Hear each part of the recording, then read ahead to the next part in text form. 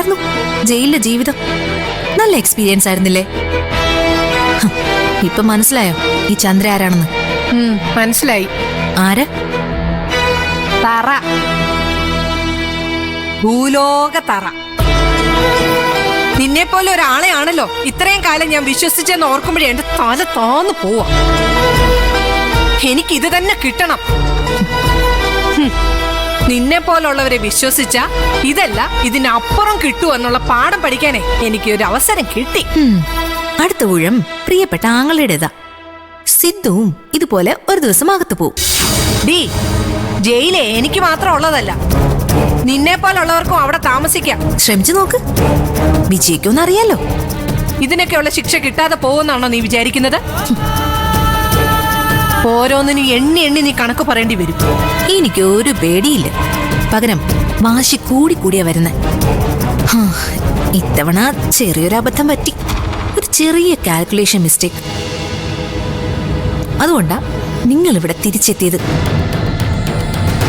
അടുത്ത തവണ ഒരു ഓപ്പറേഷൻ പ്ലാൻ ചെയ്യുമ്പോൾ എല്ലാം പെർഫെക്റ്റ് ആയിരിക്കും. കുറ്റോ കുറവോ ഒന്നും ഉണ്ടാവില്ല. അല്ല, എനിക്കറിയാൻ മേലാഞ്ഞിട്ട് ചോദിക്കുവാ, എനിക്ക് ശരിക്കും വട്ടുണ്ടോ?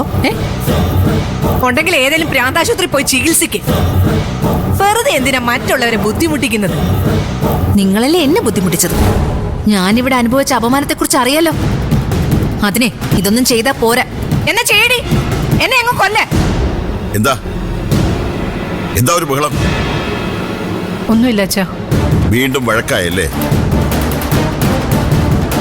എന്താ മോളെ ഇത്? ഇങ്ങനെയാണോ ഇനി അങ്ങോട്ട് നിങ്ങൾ ജീവിക്കാൻ പോകുന്നത്? ഞാനല്ല അച്ഛാ. പിന്നെ ഞാനാണോ? മതി തർക്കിച്ചത്. ചന്ദ്രേ, ഈ വീട്ടിൽ ഞങ്ങൾ എങ്ങനെയാണ് കഴിഞ്ഞതെന്ന് നിനക്കറിയാമോ? ആ താളം തെറ്റിച്ചത് നീയാ. നിന്റെ മനസ്സിൽ പല കണക്കൂട്ടലും ഉണ്ടാവുമായിരിക്കും. അതൊക്കെ മാറ്റിവെക്കുന്നതാ നല്ലത്. ഞങ്ങൾ പാവങ്ങളാ, ശുദ്ധഗതിക്കാരാ.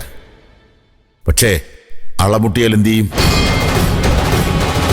കടിക്കും. അത് താങ്ങാനുള്ള ശേഷി ചിലപ്പോൾ നിനക്കുണ്ടായി എന്ന് വരില്ല. അതുകൊണ്ട് വഴക്ക് വേണ്ട. ആരെയും ഉപദ്രവിക്കാനും നോക്കരുത്. നോക്കിയാൽ തിരിച്ചും അത് പ്രതീക്ഷിക്കാം. അതത്ര നല്ലതാവില്ല.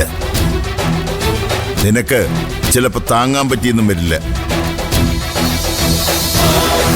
പ്രേമേ, ഒന്ന് വന്നേ.